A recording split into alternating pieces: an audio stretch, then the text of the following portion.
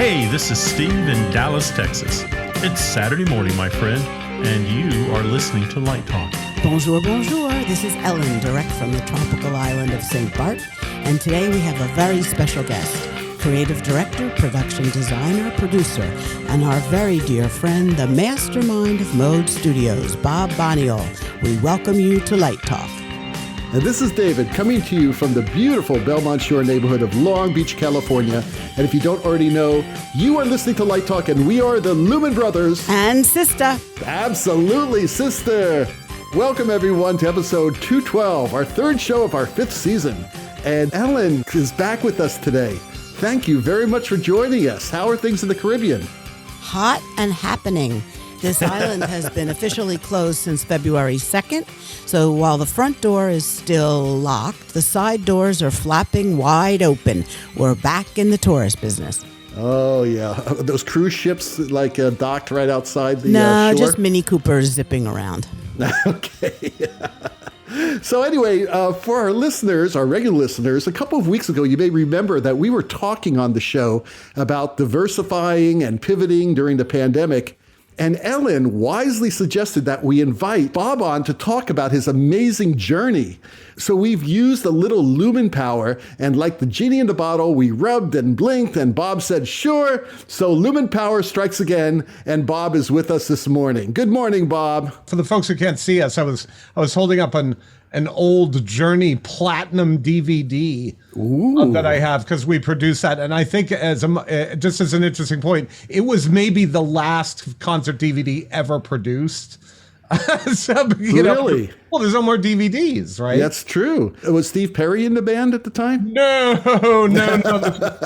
This was Arnold Pineda. Very good singer. Yeah. Yes, but I'm very bad at pronunciation. He is a very good singer, but yeah. So I have had quite a journey along the way. Yeah, and we're gonna get into that because I'm fascinated, totally fascinated by it. But let's get started. Listen, Ellen will kick off the show with Bob's amazing bio. Well, here we go. Bob Bonniol is an Emmy Award-winning director, production designer, and producer. He is known for his implementation of extensive media and interactive features in productions and installations. In 2021, he was creative director for Panasonic's online CES experience, leading a creative team in the concept and execution of an interactive, tech-forward virtual presence. In 2020, Bob served as screen producer for T-Mobile's launch of T-Vision. He was producer for Salesforce in the creation of a new hybrid XR studio, and produced and directed online events for the Women Business Enterprise Council, Tech Scale Live, and the Ideation Conference. In 2019, he served as screens producer and content artist for Oculus Production Mapped, Takeover of the Los Angeles Theater, premiering their new Quest, appeared as featured VJ at the Amazon Remars conference, as well as designing the holographic Lightweave sculpture for Nordstrom's new Manhattan flagship store, Broadway's entrance. In 2018, he won the Night of Illumination Coy Award for his creative direction of the massive renovation of the core at General Motors World headquarters in Detroit. The installation, GM World, features the largest AI-driven interactive LED screen array on Earth and creates a permanent, immersive, experiential venue for all of GM's brands. In 2018, Bob wrote, directed, and produced the acclaimed work Becoming Ailey for Alvin Ailey American Dance Theater's 60th anniversary season at New York City Center. Using holographic technology alongside classic theatrical craft, the piece put the voice and vision of Alvin Ailey back on stage with his beloved company.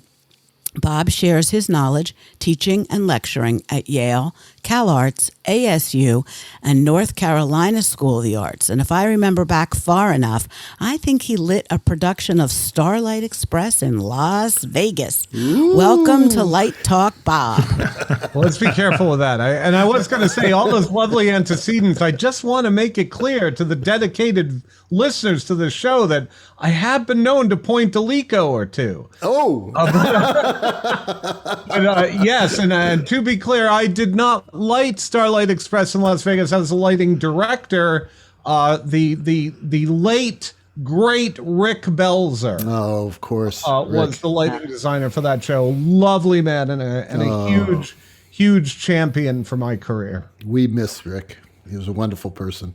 Indeed. Well, welcome. And let's get started. Steve has our first question. Yes, and we're going to take a walk down Leko Lane here. So Bob, from your point of view, tell us a little bit about the evolution of lighting and projection design over the past decade. Past decade. Goodness gracious. I need to go back a few more decades to say, because go ahead. I think you understand and the listeners understand. Like when I went to college, the lights I had in college had been there for 40 years, right? And nothing had changed. And when I graduated, I didn't quite graduate from school, which is a whole nother story.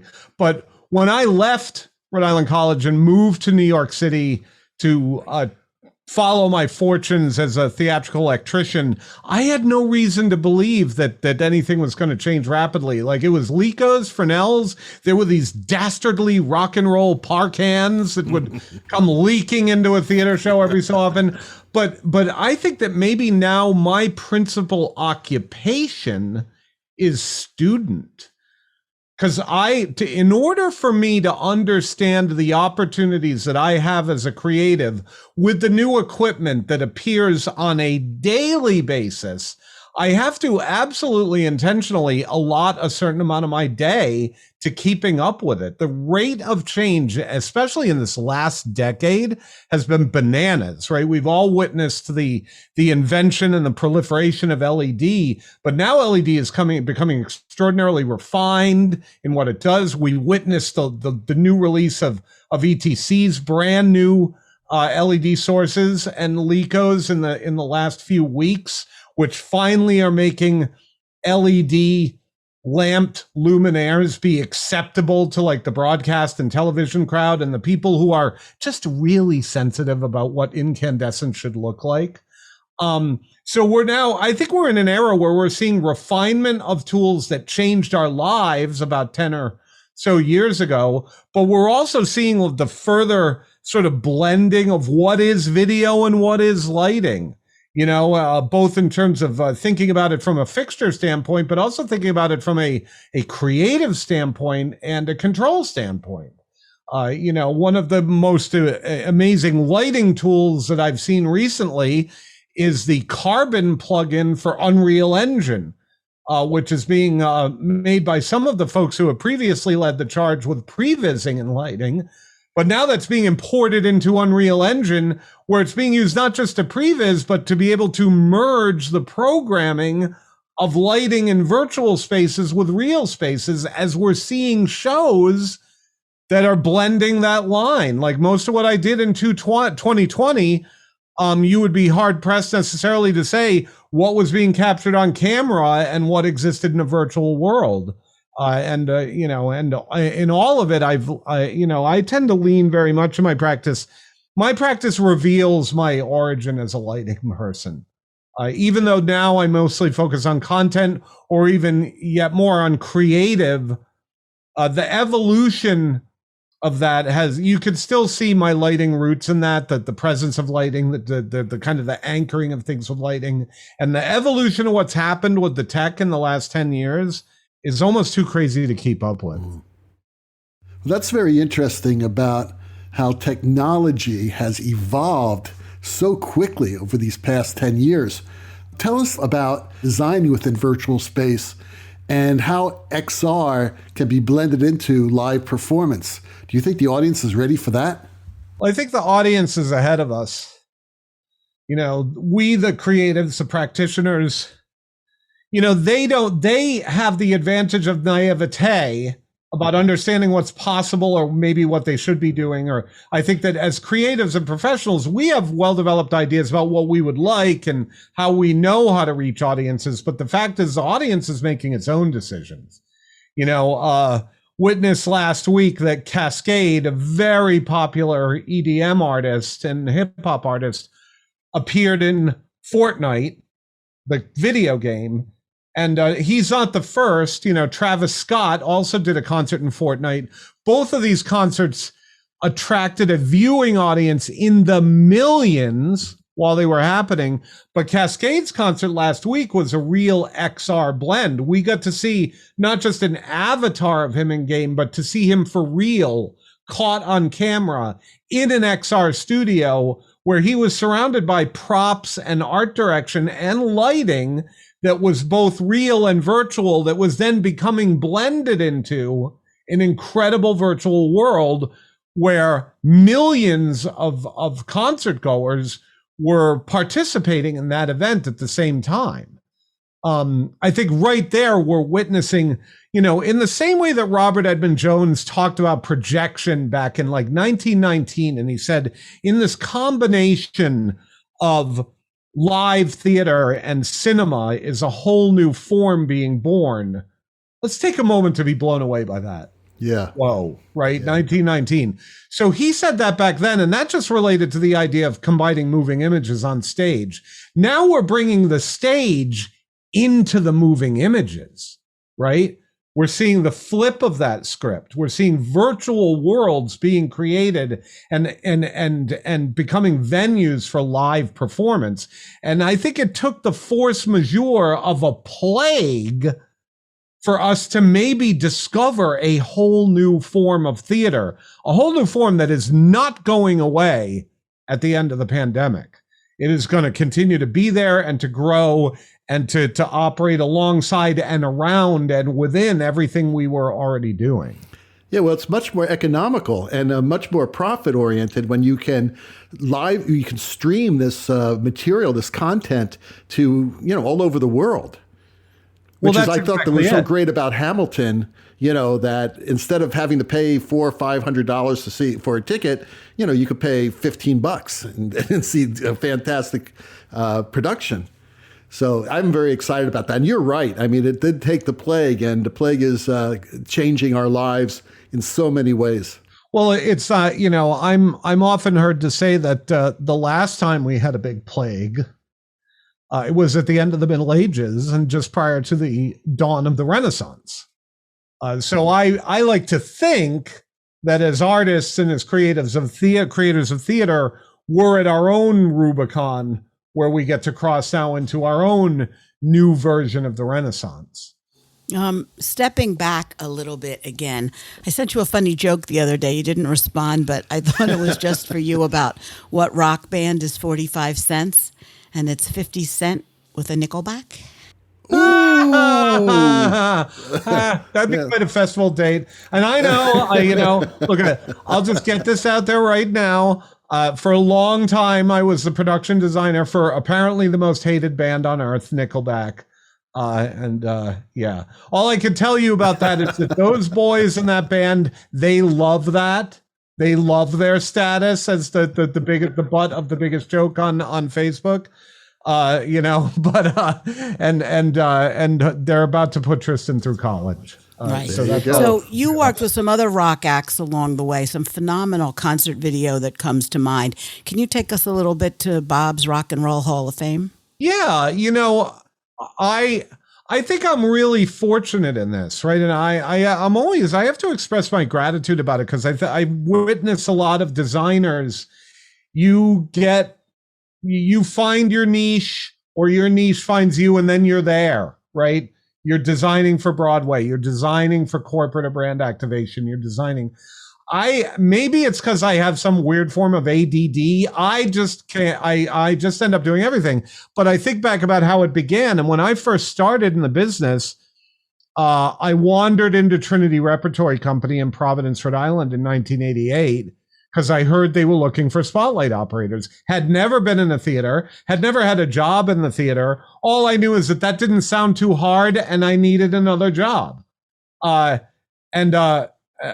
Whole separate story. The head electrician there at the time was my wife, Colleen, who I'm married to and who has been my boss more or less ever since. But so I began with that job at Trinity, but around the same time, I also got a job at the Living Room in Providence, which was I was about to say a well-known or renowned rock club. Maybe notorious is the better word. But it was a rock club in Providence, Rhode Island, had about 12 parkans on stage, and whatever weird other things we could find. And I started lighting, basically club rock and roll. And that, most of the time I was lighting a band called Max Creek, which is a jam band that's very familiar to, I think, to the audiences in the Northeast.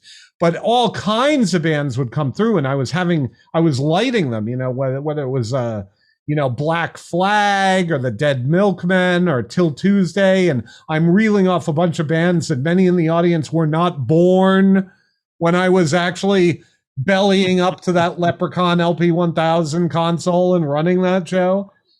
But so I had this duality going on. I was learning and doing theater, and I was also learning and doing concert lighting. And it just was a trend that continued for me throughout my life. I've remained in that, with feet in not just both of those worlds, but in many of these different niches. It all informs what I do in the other places. The things I've learned in music lighting and rock lighting and concert lighting about busking and about setting up a tool set so that I can improvise along with the music, right? These are tools I still apply to content. I'm sometimes known to VJ, but they're also tools that I'm able to use that are to my advantage in situations where I have clients who say, we want to make a dramatic change. We have no time to formulate and construct that. And I say, okay, set up the console. I'm going to wing it. And that comes from that lighting past of doing that. And it progressed along with the other things. I've been fortunate enough to keep that going. One of our partners here at Mode is arguably one of the most renowned concert production designers alive right now, Butch Allen. And I've gotten many opportunities to be next to Butch in the arena, building shows together, for Paramore, for Nickleback we talked about, or I showed the Journey thing before. There's been a remarkable adventure through that side of it, and that side of it has informed everything I've done for other stuff as well. That's cool. That's pretty cool. So why don't you tell us about the challenges of running Mode, especially now during the pandemic? Wow. So first of all, I'm the wrong guest to talk about that. You need to get Colleen, my wife, and the former head electrician. I must tell you, you're a very smart man for marrying your electrician. Oh, I married up. I'm telling, man, that is wise. Yes, and it's we could dedicate a whole episode to my adventures with Colleen. But when I met Colleen at Trinity, she had just come off she had prior to that job been on the road with U2. Now we have to fetch our brains back to the 80s. There were maybe only 3 women on the road doing rock and roll touring back then: Colleen, Abby Rosen-Holmes, and Ann Militello. Right? They were pretty much it. There were a few others I know, but so when I met Colleen, I knew I was meeting a remarkable woman right off the bat. But nowadays, she is the CEO here, and she is the executive producer on everything we do.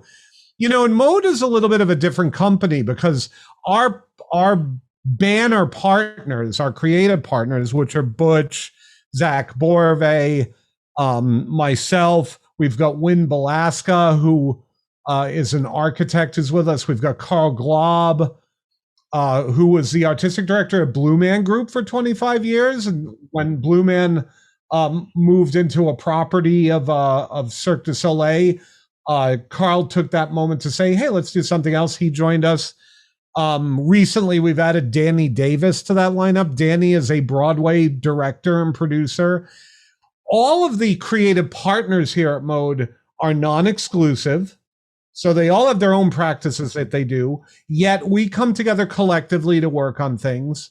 And when a project comes through the door, whether it's architectural, whether it's corporate, whether it's music-based, all of the partners will meet and talk about it, because one of the fundamental things we like to do is let's bring Butch's DNA from rock into it. Let's bring Wynn's DNA from architecture into it.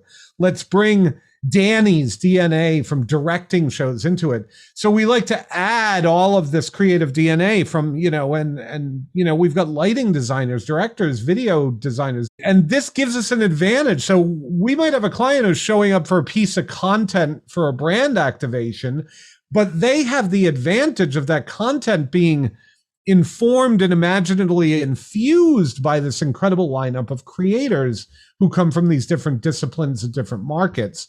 So that's an interesting way that mode works. And the other way that's important to get out there before I talk into about how we pivoted was that we're really lean. Back in 2008, Mode had about 60 employees. We had an office in Santa Monica. We had an office in New York City. We had an office in Seattle. The recession hit, and by the end of 2009, Mode was back to me and Colleen in the basement in Seattle. We had to lay everybody off. We had to shut all the offices down. We had no work for one whole year. We like to say now that was our dress rehearsal for the pandemic, but the recession. But when we got done with that, Colleen and I looked at each other and we're like, you know what? We like running it lean. The business owners out there know what I mean. I mean, if John Featherstone is listening, he knows exactly what I mean when what it's like to be running a company where you have the responsibility of a lot of employees that are counting on you and, counting on you to bring in the work and to keep it functioning and happening. So we came out of the recession and said, let's stay lean. Let's say right now we're not going to open up offices in a bunch of towns. Let's say right now that we're going to establish a lineup of incredible creators and maybe some of the people to support them. So the people who really work at Mode are the creative team and project managers and production managers. Those are the only people that are permanent here. And then after that, we hire everybody for every project, which gives us the flexibility to put exactly the right team together for each project. So we're not trying to wedge square pegs into round holes. Now, so we came to the pandemic with that setup in place. And prior to the pandemic, I would have told you that our three verticals are big institutional entertainment. The entertainment we tend to do tends to be broadcast, theme parks, concert tours. Colleen only lets us do one theatrical thing a year because it just doesn't pay the bills enough. But we do it for love. And then we work in brand activation and an architectural installation. The pandemic hit, and like everybody else, almost everything canceled for us. But what happened is we had one client, and this was like in the first week of March. They said, look, if there's any risk at all that our event in June can't happen, that can't happen. We need this event to do fundraising. It's our big communications event. So let's just pull the trigger now and say, we'll have a virtual event no matter what. Maybe this will all be over in a month, and then we'll have our virtual event in June anyway. But let's just say we're going to do it virtually. None of us knew at that point that it was going to extend and be what it was. I think some of us suspected, but none of us knew. So we pivoted last March to building a virtual event platform for that client, which was the Women Business Enterprise Council, to have their event.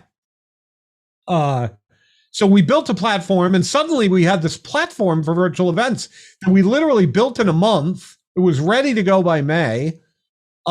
We had prior experience in hybrid events because we had designed the TED conference for a number of years while it was in Long Beach, and that always comes with a larger virtual audience.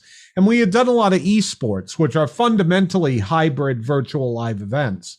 So we knew what it was like to think about a platform, but we suddenly had a platform, and that became a very popular thing to have last April. In April and May of last year, we were demoing that platform 10 times a week to different organizations, companies, and potential clients. And the year filled up rapidly. So our pivot was a little bit, I wish that I could say that we were geniuses or that we had a magical crystal ball that none of you had, but we didn't. We kind of just had the right client ask us the right question. And then, like most times in our history, Colleen and I like to say that we didn't know that we couldn't do things, so we just did them. So we just did the same thing again. Well, of course, it's being creative. You're theater people deep down inside, you know. It's very serendipitous that all that happened. You were somewhat prepared. It's great. Our inherent attention deficit disorder helped us. So, well, I've got a question for you, Bob. You know, all those years ago, working with those lights that were 45 years old in a university. So in that university setting, you know, what can we as educators do to better train our young designers to work with directors? What is that language that you have learned that we need to start passing on to this next generation of designers? Well, that's such a good question, Steve. As I've become a director, I've kind of come to experience the flip side of that. I think the most valuable thing that I learned in school in terms of being effective and thinking as a designer, and as it relates to thinking about how I relate to my collaborators, is that constraints are gifts, right? Like as a designer, we might feel it would be better if I had no limitation of fixtures, no limitation of what I could do with them, no limitation from collaborators as to what I would want to try, no limitations of money, you know, to enable me to do. But the fact of that, you know, and it's easy for us to think about such constraints as limits, right? Whereas I would say that constraints like that can become anchors around which truly creative thinking happens. You know, for instance, there is a story, and I made a little video about this. It's out there in the universe. But when I was in college, at one point I was lighting a show on the student stage called Dear Brutus. It's a play. It's related to kind of In the Woods in the sense that it's a very similar story, Into the Woods. But basically, it's a 2-act play. First act is during the day, cabin in the woods. Second act is in the woods. Now it's nighttime and the woods are all magical. So it's fairies and all kinds of mayhem. So I thought, how am I ever going to light this show, which has a daytime standard, supposed to look realistic vibe, and at the same time do a magical fairy inhabited, you know, forest, you know, so now, at the time I worked backstage, my work-study program in college was to work as a technician backstage. I had the key to the closet with the lights for the main stage. So we were only ever supposed to use 50 lights on the student stage, but I hung 300. Did anyone notice? Oh, yeah, people noticed. So I brought my instructors in college at that time. My lighting professor was a guy named John Custer, a really gifted lighting designer, had quite a career for himself in the Northeast at Trinity, ART, Boston Ballet. And then Russ Monahan, who was an incredible educator, and he was the technical director of the theater. They were sitting next to me at the show, and I'm all like, oh, they're going to think I'm a genius. They're going to think it's amazing. All the go-go washes, all the color, all of this. And so after the show, they both looked at me, and I knew something was wrong right away. And they kind of talked to each other, and then Russ turned to me and said, you know, Bob, that was interesting. I think the next show you do, you get 20 lights. Yeah. And no color. Yeah, there you Those go. were the constraints that he gave me. Now, the next show I was doing was the Student Black Box, which is a big improv show. And the director had already decided that she was going to abolish the fourth wall. She wanted to blend the audience and the performance, and it was going to happen all over the theater. And I'm like, how do I light the show with 20 lights? Right? So what I did was I built 20 spot platforms. Ah, there you go. And I put handles on the Lekos, and I talked 20 people into being spotlight operators. And I made all the lights moving lights in 1987. So, you know, that was how I solved that. And when Russ saw that show, he said, yes, now you're thinking. Now you're solving problems with limitations. You may use color again, but only only green. Only green. Different shades of green. So, but that story, that occurrence informed the rest of my career. Russ doing that to me and placing that constraint taught me that I could adapt to a constraint and find an even more creative solution than I was thinking of. And I think of my relationship to directors and what they're looking for as the same. With as many ideas as I might show up with as a designer on a show, a director is going to be thinking about it differently than I am. They're going to have ideas that are a bigger whole view of a show than I have, and they're fitting together a bigger puzzle than I have. And what they're going to introduce to me are constraints. For them, they're boundaries. They're setting up boundaries so that they can predict their bigger picture. For me, they're constraints because they're keeping me in my lane. But when I get those constraints, now I have an opportunity to think about the show in a way I haven't thought about it before, right? So I would tell students, and I hear this struggle. I often mentor students or people who are practicing in the early points in their career, and they talk about this. So like, I had a great idea and the director ignored it. Or the director, suddenly said, I only want this scene to be lit with white light. And don't they realize the massive opportunity they're missing out on because I have these moving lights with incredible dichroic, color or whatever.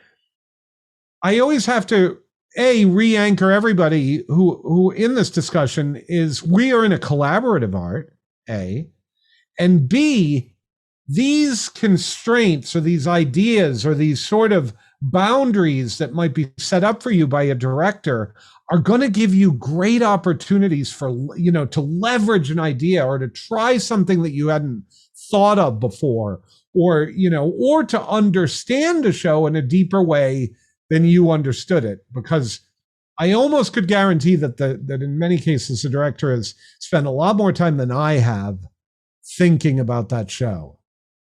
As a lighting designer, I'm maybe thinking about it from the standpoint of illumination, emotion, psychology, location. The director might be thinking much more dramaturgically about it and is conversing with people I'm maybe not conversing with yet. So my advice to people in terms of how do you deal with collaborators? How do you function as a designer with a director is to be open. And then when the surprise happens, don't be dismayed. Instead, remain curious about how that surprise or that constraint could send you in a direction that could lead to the Tony Award because nobody had thought of that yet. What about, advice for people who have to work with difficult personalities? There's a current Broadway case about someone stepping back because of bullying. What about when there's, a really difficult situation? I think I know what you're alluding to. I'm not going to mention any names. I've worked with some incredibly difficult personalities. I've worked with some incredibly difficult directing personalities. I've worked with producers who are extremely difficult. I've had a producer come right over the production table and punch a designer in the face. Look, bullying has no place in this. And one thing I've learned as I've progressed in my career, and I would say that I'm late in my career at this point. This is supposed to be joyful, or at the very least, it should be respectful, right? And in the situation that I think you're alluding to, but let me just frame it this way. Any situation where you're dealing with a personality who is directly impeding equity, like not treating someone correctly because they're a woman or a person of color, or they have a sexual preference you don't like, that's out of bounds. Period. End of story. And the second it comes up for me, I'm out of the building. I don't have time for that. At this point in my career, I've only got X number of gigs left. I'm not going to spend one with someone who's being abusive behavior. And I get it. And I've talked to directors about it who are, who maybe rule through tyranny, as it were. I've worked with some who are so good that I've put up with it, right? And I've worked with some who are so bad that I will never put up with it again. We have to operate with mutual respect for people and for ideas. It is okay to be firm and passionate, right? It is not okay to belittle or to abuse. There's no place for it. There's no place for smashing gear over people's heads. There's no place for punching designers in the face. There's no place for that kind of abuse. There's no need for a creative to be mean in order to carry the day. I'm just going to say that means on their journey of evolution as a person, they haven't figured out some stuff yet. And so where I'm at now when I run into that is I try to be compassionate and understand what kind of pain that person is feeling that is triggering them to behave that way. That might be where I start, but very soon after that, where I end might be, you know what? I'm not the right fit for this. You need somebody else. I'm going to go. Yeah, I think you're the type of person, Bob, that wants to make things better. And if you could help that person be a better person, you're going to take the effort and also to see the project through. But some people just don't change. It's really difficult. I think for some people it's habitual or it's an artifice, right? Like I guarantee you that I've worked with some directors who are all mean and screamy because they think they're supposed to be somehow, right? Now, on the other hand, David, you've said something important, and sometimes somebody is yelling because they're not feeling seen, right? Or they're not feeling heard. So I always try to be careful to differentiate that. Like, are they experiencing pain because I'm not paying attention and I've missed some critical thing that they're trying to impart to me? I always try to give that space in the process before I come to a conclusion that you're just a jerk. Yeah.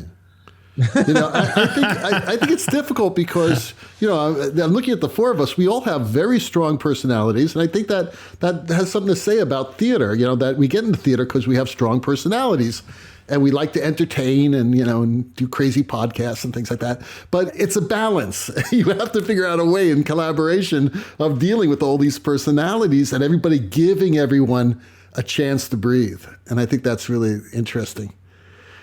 So getting back to your art, why don't you tell us a little bit about your most powerful influences as you were traveling through your journey of art? Wow. When I worked at Trinity in the beginning, it was maybe the most magical time for my theatrical career. And I met some people who definitely influenced me to this day in terms of my aesthetic or my creative. When I arrived at Trinity, Adrian Hall was leaving.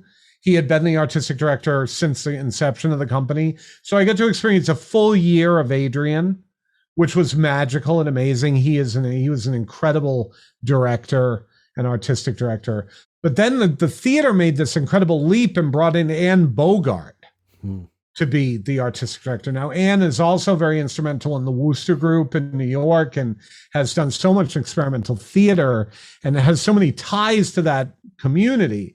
So we then went from a very Shakespeare-oriented theater company in that first year I was there, doing a lot of old standards, and things that I think subscription audiences reliably find appealing.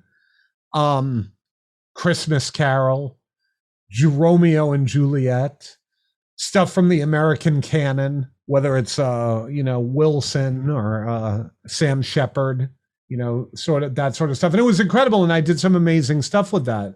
But then Anne came in and she profoundly affected what my view of a director is. And to this day, the audience can't see this, but I have a Director Prepares right here, is one of Anne's books. I have another one of Anne Bogart's books here about directing and creative. She really affected the way I think as a creative.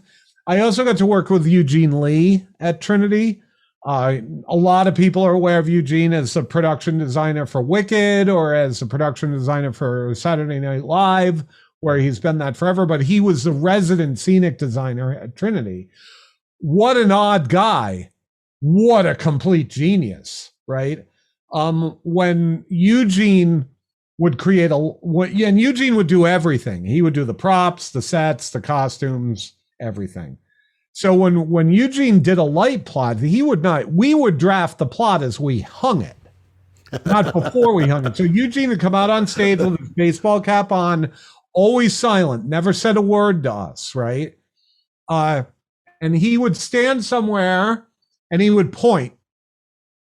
And you knew, and Colleen would have us all at the perimeter of the grid. And you knew that you couldn't go wrong to hang a 5K for now. That's right. It's very European. He could have been good to Schneider Simpson. Right? Yeah. And once we ran out of 5K for nows, we started slinging Kliegel 8x10. Oh my God. But that was how Eugene did it. But in that weird process and weird way, his shows were brilliantly designed, just so organic. So he was an incredible influence on me. We were talking about Rick Belzer. Early in my career, I was working also at Theater by the Sea and at Candlewood Playhouse, which Rick owned at that time, and was producing and engaging in potentially criminal enterprise. Who knows? But Rick became a profound influence on me because he has this amazing grip of color, right? That I had never witnessed before. Like Rick might need a magenta, and he would get there by mixing a front light with a deep amber and a backlight with a blue to produce his magenta moment. Whereas my thought was, I'll stick a magenta in. So Rick was an incredible influence. I later had the opportunities to work closely with Natasha Katz and Hal Binkley as programmer for both of them. And they both, my lighting to this day, I think, if you were to look at a light plot that I drew now these days, and you were to overlay it on one of Natasha's or one of Hal's rep plots, you could clearly see their influence in how I think in that way. And then I have other influences that come from other places. Like, I'm a big fan of Thomas Heatherwick, who is an incredible British architect. And he very much informs how I think of space. I'm a huge fan of certain filmmakers who have taught me things about how the camera sees things and how drama and cinematography play into it.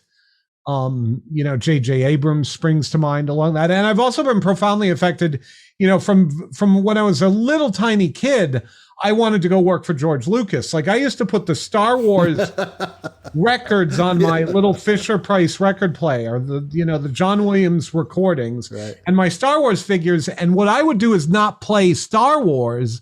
I would play filming Star Wars, right? So I would start the music and I'd go action, and then I would play with my figures and I'd go cop, no, so I was pretending to be George Lucas. So right. George Lucas has always been a profound influence on me as a storyteller as well. Ellen, let's move to the pivoting subject. I think we sort of covered that already when Bob was talking about creating those corporate hybrid events. But there is another piece to that, I think, about becoming an advisor. Is that something that you've become during the pandemic? Well, that actually predates the pandemic, right? And it relates to what I was talking about collaborative discussions and collaborative process. You have to, look, as a professional designer and creative for theater, we are in the business of shifting consciousness, right? We're going to get a bunch of people together in a room and we want to deliver a message. Sometimes it's joy, sometimes it's music, sometimes it's drama or comedy, but we want to have an opportunity to use our craft to open up people's minds and to get them to see something, a point of view, to feel like they're experiencing something. This is shifting consciousness, right? So that's our fundamental work product. And we do this by talking together and working together. So my time in theater has, and it took me a long time to develop these tools, but I've developed an extraordinary sort of sense of empathy. Because with directors, I want to know what they're feeling. Like when they're telling me something, I want to understand the context. I want to understand where it came from. I want to have those kind of discussions. So I've learned a few things along the way. I've learned that good design is less an answer than it is coming up with the right question. I've figured out that it's probably a lot less about me talking than it is about me listening.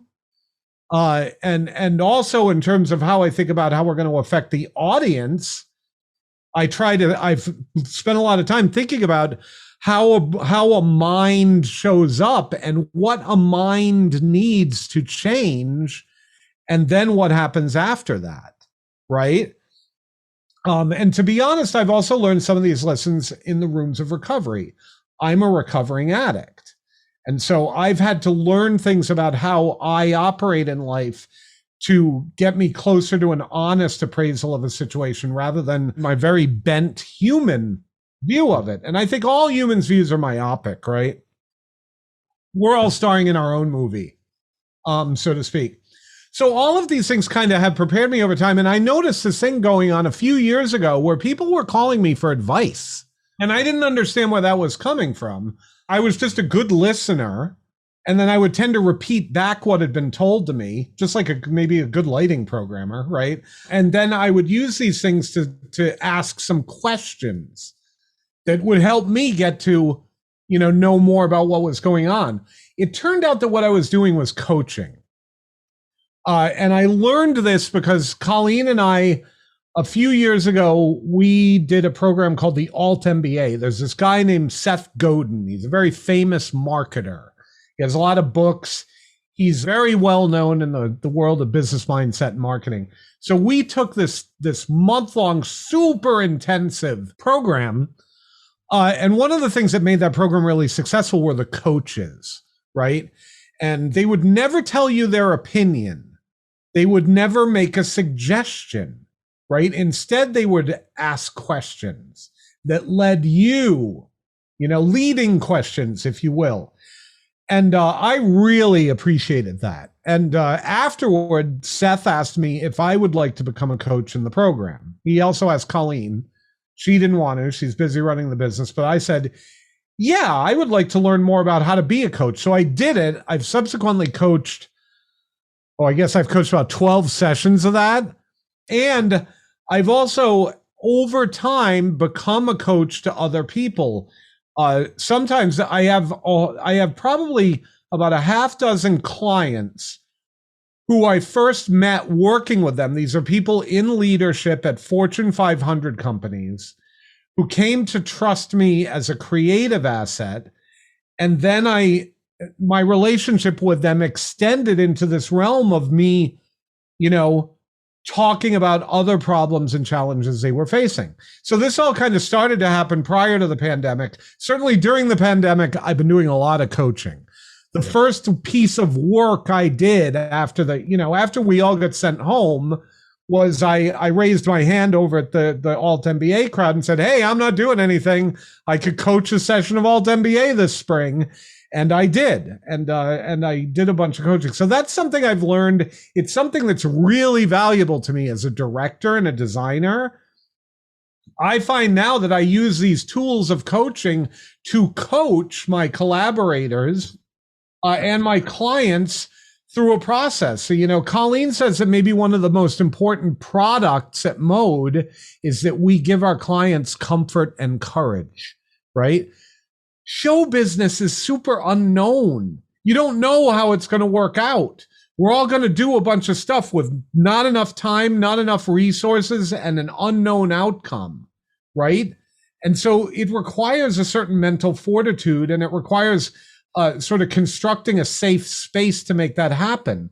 And it turns out that those skills are also applicable to almost any business or life process. So indeed, I do that to this day. I love coaching, and that's my retirement plan, is to just move to a point where I can just help people, coach people, mentor, and share everything that people took the time to teach me, because it's all been gifts, and now I feel a real responsibility to try to teach other people those same things so that they can avoid falling in the holes I fell in. But, it takes a very special person and personality to do this. And I think, as you mentioned, a lot of it came from your own journey, coming from an addiction sort of status, that you have to discover so much about yourself. And I always found life coaching very interesting, and something I always wanted to do. I don't think I have the patience, though. I think I'd probably just tell people what to do, which is the wrong thing to do. It is absolutely the wrong thing to do. And look, online, right, you can see a proliferation of life coaches these days. And all I have to say about that is I think everybody should have a coach. Like, it's a good idea to have a coach, right? It's a good idea to have a perspective outside your own that you can rely on. But I'll say this, the coaches that are the coaches who maybe are telling you what to do next, they're maybe not coaching you as well as the coach who listens to all of your fears, misgivings, uncertainties, constraints, boundaries, and situation, and then asks you just the right question, which gives you the fulcrum to find your own answer. It's the old adage of, do you want to hand some guy a fish, or would you rather teach him how to fish, right? Yeah. That's amazing. How are our friends doing? I mean, it's been so hard for so many designers and everybody in the live entertainment business to survive this pandemic, and everybody's income was completely cut off. People were having a hard time paying rent. How are we doing? I'm so proud of all of you, all of us, right? I really am. Come on, man. If you told any of us we need to take a forced year off, are you out of your mind? I mean, not only financially, but mentally, emotionally, creatively. You've all withstood a test that I have a hard time conceiving of. And we're all here, except for those who aren't. And my heart breaks for those people. But the end is in sight. I have just been blown away witnessing the growth and the grit that I've seen. The grit and determination. Yeah, okay, everybody put their head down and said they're going to make it through. But I've also witnessed lighting designers learning about Unreal Engine, right? And finding out about these new forms of theaters. I've witnessed actors, doing whole new things. I've witnessed all of us, doing what we needed to do to survive. But then I've witnessed a whole bunch of us actively saying, okay, now I've got time. What could I add to this? What could I add to my own development? What could I add to my own practice? What new tools could I learn? What new console could I learn to program? I've watched like Kat West, incredible programmer, right? Maybe one of the best movie light programmers out there. Her and Joe always had that great podcast. Kat had leaned into doing instructional videos around Grand MA3, and they are so well produced and awesome now that even though I'm not even officially allowed to approach a console anymore, and that in fact, the lighting crew chief and the programmer will actively move to keep me from touching buttons, I actually crave bellying up to an MA3 again, because Kat is making it so accessible and intuitive in how she's teaching with these videos, right? And so that's one example of that, right? And I've witnessed a whole bunch I witnessed, the folks at Silent House, like Baz Halpin, the folks over there, how they pivoted to COVID safety on set, and they created entertainment industry response, and they pioneered that, right? That was show people who figured out how to make it safe for there to be the practice of what we do, and I've watched so much great adaptation. I've watched a lot of the video people adapt to extended reality, and advance that art form and keep gigs going, like television contest shows, right? So I have been just blown away by the resilience of this industry, the imagination of this industry, the grit. The light is at the end of the tunnel now. It's already starting. I think we're looking at another fairly hard year, right? I don't think we're going to be up to anywhere near close to full speed until probably 2022, but the dam is breaking. And I think we are going to go back, and we're going to go back with new tools, new ideas, and a whole new way of doing things that I think is going to result in stuff that people have never seen. One last question. Do you think that for the kids who are seniors now or just in their first year of work, that all these new skill sets, learn as much as you possibly can and diversify is the key to the future? I think it's the key to the future, regardless of the pandemic. I think we were already there. We were talking about the proliferation of new tech that seems to come out all the time. I think any student that's graduating now will always have to be a student. They're always going to have to leave room for education. But now it's going to not just be education to stay educated on the technology. Now I think we are waking up to the idea that there are new forms, that there are new ways, new channels that we're going to communicate, that we're going to create art, that we're going to share, and my advice to anybody graduating, and this is the advice I give, I'm fortunate to be able to participate as a mentor in ETC's program. And I'm fortunate to be able to get around and talk. A few weeks ago, Wendell Harrington had me in to speak to her students at Yale. And my advice to those students now is be flexible, be nimble, be ready for everything to change every year, and be joyful about it, right? Don't worry about it. Don't be afraid of it. Embrace it, right? And always set aside the time you're going to need to stay abreast and to learn, and then go do it. Dive in without fear or apprehension, even if it's 100% new, because that's the way any new thing starts. Wow, what a way to end this interview. I mean, wise words of wisdom there for all of our colleagues and, of course, for our students as well. Thank you so much for joining us on Light Talk this morning. And God bless you, and you keep up the great work. I'll come back sometime and tell you all about how I met my wife and how much cooler she is than me. So. We'll do a special episode on that. We're not going to do any episodes on my girlfriends or wives, so that'll definitely not happen.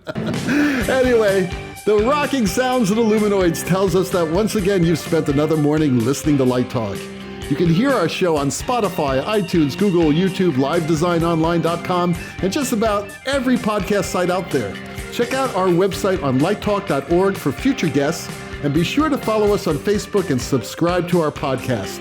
That way you will not miss a second of Light Talk insanity. No guarantee is offered regarding the accuracy of any statements or opinions made on this podcast. However, if you do decide to litigate, the law firm of Flecked, Flocked, Flare, and Glare and their paralegal Snoot will defend us until our retirement funds are depleted. Light Talk is written and produced by the Lumen Brothers and SIstah, coming to you from Long Beach, New York City, the mysterious Bermuda Triangle, and from deep in the heart of Texas. And be sure to join us next week when we talk about more happenings in our crazy industry. All that and a new sponsor. Light Talk, broadcasting questionable Lumen knowledge and humor around the world. So we'll see you all next Saturday morning. Thanks again, Bob, and we'll catch you down the road. Bye-bye from Light Talk. Toodles. See ya. Bye. Light Talk.